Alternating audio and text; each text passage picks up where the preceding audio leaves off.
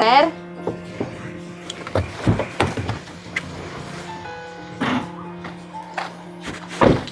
Ano kailangan mo? Sir, hingi lang po ng konting barya. Masarap yan, sir. Pahingi naman, oh. Buntis kasi ako. Hindi pa ako kumakain. Baka gutom na yung baby ko. Gusto mo to? Opo, sir. Mukha mo. Guguluhin mo pa ako dito sa kotse ko? Pulubing to. Sir, Napakasangsang ng amoy mo tapos buntis ka pa?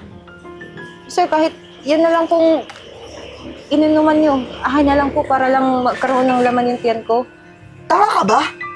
Kakabukas ko lang nito eh. Ini-enjoy ko pa yung binili kong inumin tapos hihingiin mo lang agad. Alam mo, napakatanga mo eh, no? Pupunta ka pa dito para lang manghingi sa akin. Tapos buntis ka pa. Anong trabaho mo? Bumuka ka lang. Sir naman, huwag niyo naman pong pagsabihan ako ng ganyan.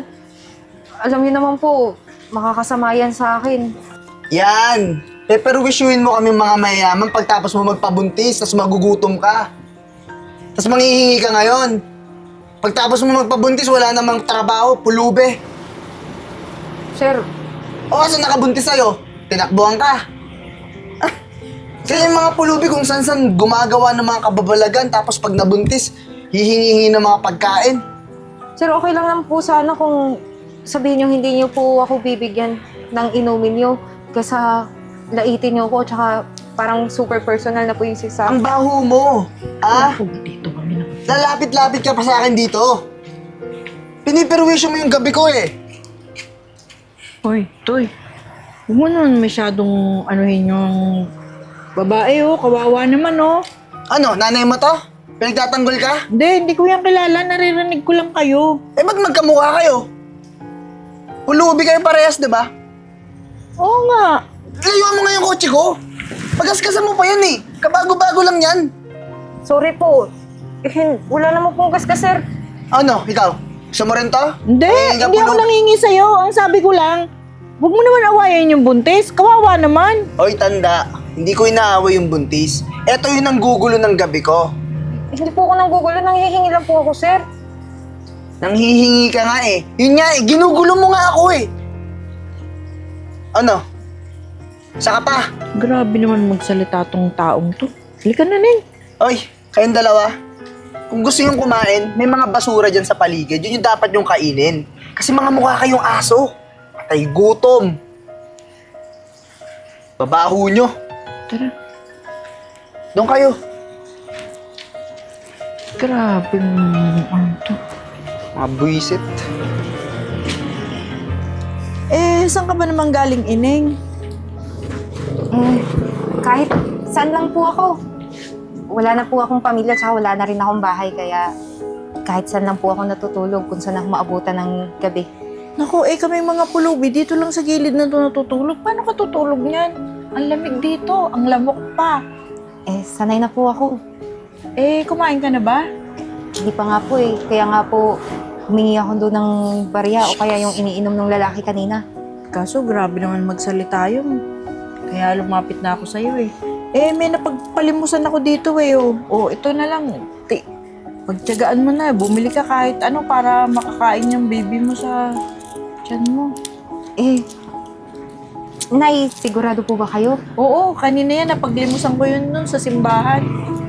Baka po wala na kayong pera dyan. Hindi, okay lang. Manlilimos uli ako dyan. Sige, bili mo yan kahit basta magkalaman yung tiyan mo. Bili na lang po tayong dalawa tapos hatiin po natin yung pagkain para sa atin. Hindi na. Ikaw na lang. Solo flight ako eh. Ayaw mo nun? May kasama ka? Tayong dalawa, kakain. Magkano lang yan? Okay na yan. Pag nakapamalimos ako mamaya, hello bibili po. rin akong pagkain.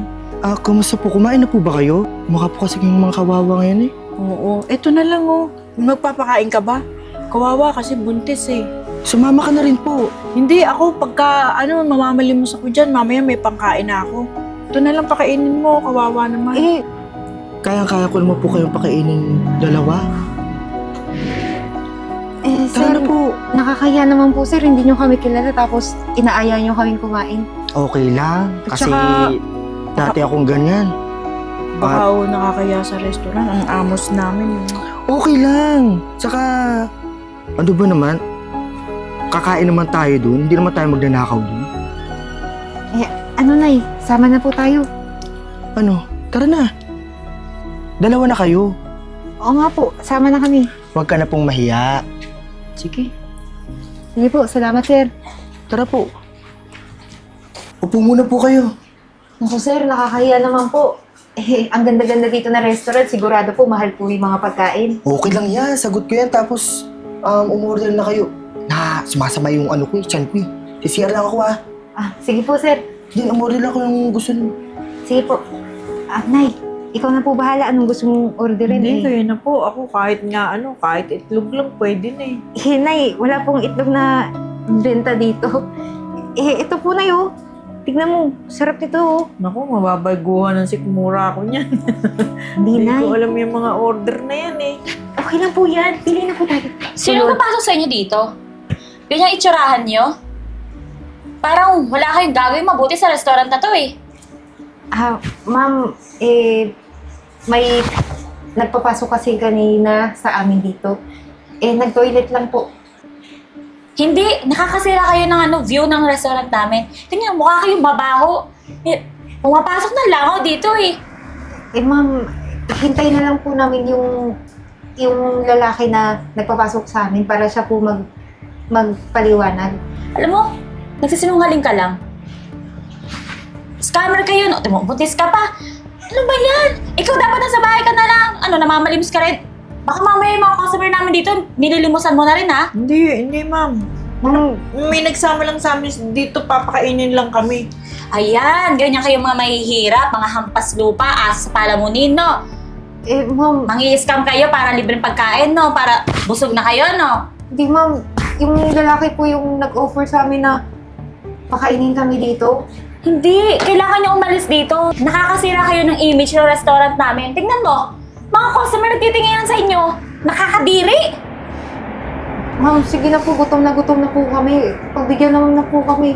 Hintay na lang po namin yung lalaki tapos pwedeng i-take out na lang Take namin. out na lang namin, ma'am. Pag ako, bumalik dito, andyan pa kayo. Papakaladkad ko nga sa security guard. Naintindihan nyo? Papaho. Ako na asama pala ng ugali ng waiter na yun. Padalwa na yan. Kaya nga na Sa maghapon mo, dalawa na yan na kasalamuha mo ng masasama ugali, no? Kaya nga po Pero sumasakit po yung tiyan ko. Gamit muna ako ng banyo. Diyan lang po kayo. Tingnan niyo na po anong o-orderin niyo para pag... Bibilisan mo, baka bumalik yung awayin ako dito. Sige po, huwag kayong mag-alala. Babalik po ako.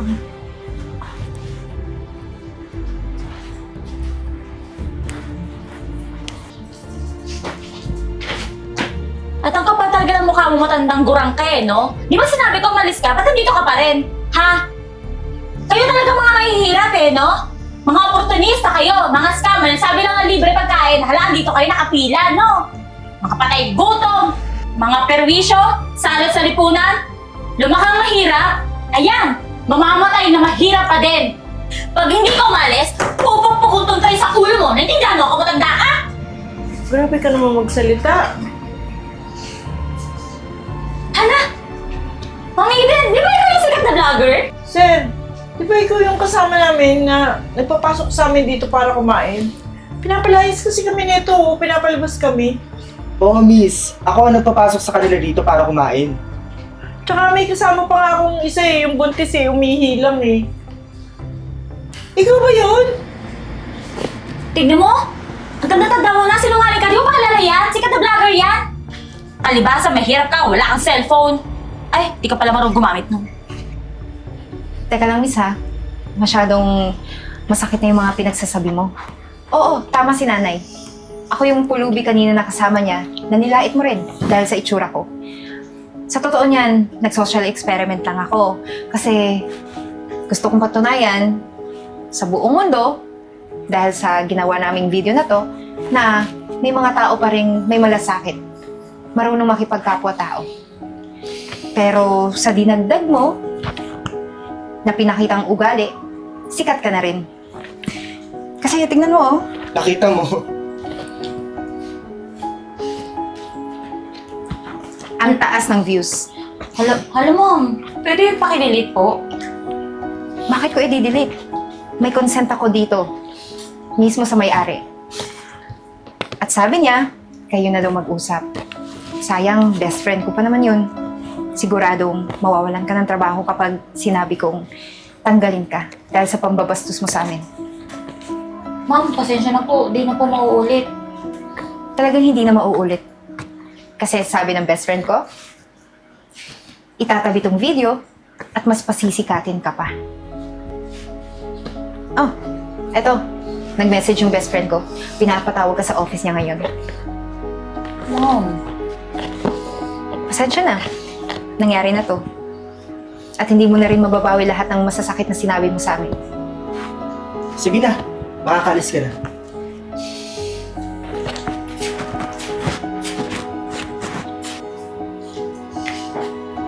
Ma'am, sikat pala kayo. Opo, Nay. Hindi ko naman inaasahan na may tao pa talagang kagaya niyo. Ako, huwag ka na tumabi sa akin. Ang baho ko. Ako, Nay, Nakakahiya tuloy. huwag po kayo mahiya. Ano ka ba? Mas nakakahiya yung ginawa ng babae kanina. Kasi buong mundo makakapanood sa ugali niya. Alam mo po, Nay, sa dinami-rami ng ginawa kong social experiment, ikaw lang talaga yung tumulong. Ikaw pa, na isang pulubi. Yung mga nilapitan ko, mayayaman, may kaya sa buhay. Pero pinagtabuyan ako. At bihirang-bihira yung taong katulad mo. Kasi yung mga pinaglimusan mo kanina, binigay mo pa sa akin. Para makakain ako. Pati yung baby ko. Kaya, Nay, deserve mo magkaroon ng trabaho. Bibigyan kita ng trabaho. Gusto mo ba yun? Salamat po. Bakit ka pa naiyak?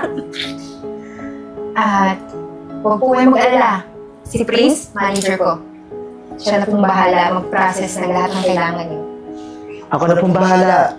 Makakapasubig po kayo ng trabaho. Hindi ka na po solo flight. Kasi, isa na ako mismo sa makakasama mo rin sa trabaho. Salamat po. O siya, ano pang hinihintay natin? Kumuha ka na ng upuan din. Sabay na tayong kumain. Mauna na kayo. Sumasakit na naman yung tiyan ko. O siya, sige na. Mag-CR ka na. Kami nang bahala. Pili na po kayo, Nay. Salamat po, Mama. Dami ko na namang basher. Hoy! Kilala ko yung mata mo. Ikaw yung nangabi kay Ma'am Eden, di ba? Oo. Diyos ko, yung kaluluwa mo sinusunog na sa impyerno. Naku, hindi ko naman kasi alam na may video pala nung nangyari yun. Tsaka di ko naman sinasadya yun. So paano pag alam mo? Babagoy mo yung ugali mo. Ha? Ay, yung problema sa inyo eh. Mahilig ka mang ape, hindi ka naman kagapuhan. Ano? Magsalita ka! May mga kapihin! Hindi ko yun sinasadya. Tsaka mali yung iniisip mo. Alam mo, ipapost kita. Alam mo, huwag ka na dumagdag sa mga basher ko. Ano? Magsalita ka! Sa mga ugali mo, di ba? Patay ka. Kikita ko sa reels ko ngayon. Alam mo, itigil mo na nga yan. Bakit? Ha? Report kita sa polis? Ano? Pin mo rin ako? Sharon to? Laki na mata mo!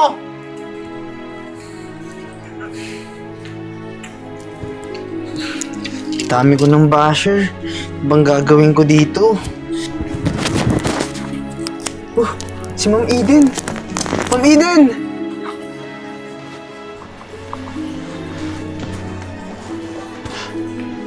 Ma'am! Nako, Nay. Marunong na kayong mag-drive. Tapos yung mga post natin sa social media, nagva-viral lagi. Laki na ng kita nyo, ha? Utang na loob ko sa inyo yung lahat, Ma'am. Maraming salamat po talaga. Ma'am Eden? Ma'am Eden, ako. Buti nakita ko kayo kasi simula nung na-post yung video, ang dami na po kasi nagtitreat sa akin eh. Ang dami na po nagbabash. Naapektuhan na nga po yung mental health ko. Baka pwedeng burahin nyo na lang yun. Naku, buti naman at buhay ka pa. Nay. Di ba ito yung pulube? Oo, si Nanay Gina. Tinulungan ko. Sayang. Sana kung tinulungan mo din ako, baka mas mayaman ka pa ngayon. Kaso, iba rin yung angas mo eh. Kaya siguro, deserve mo naman. Anong deserve ko? Eh, ito nga eh, pulubi. Tinulungan mo. Dapat ako yung mas tulungan mo. Wala naman ng kwentang tao yan, tinutulungan mo. Itong walang kwentang tao na sinasabi mo. Tingnan mo ngayon, anong naabot niya. Siyempre, tinulungan mo. Saka pa eh. Hindi ko siya tinulungan lang. Nagsikap siya para sa sarili niya. Kaya kung ikaw, ganun din yung ginawa mo, edi sana yung kasikatan mo, hindi dahil sa kasamaan, kundi sa kabutihan. Ano, buburay mo ba yun o hindi? Dahil sa video na pinost mo, nawalan ako ng kaibigan. Tinanggal din ako sa trabaho, tas ngayon, ang dami mga taong galit na galit sa akin, mga basher. Meron nga doon kaninang bakla eh, tinatawanan ako. Eh kasi ikaw naman nagpakilala ng tunay na ugali mo eh. Wala namang kasalanan si Ma'am Eden doon. Sumasagot ka pa talaga. Hoy, buray mo yung video ah, dedemanda kita. E di demanda mo, magkita na lang tayo sa korte kung may pambayad ka sa lawyer mo. Nay, tara na po. Pasok na kayo ulit sa kotse niyo.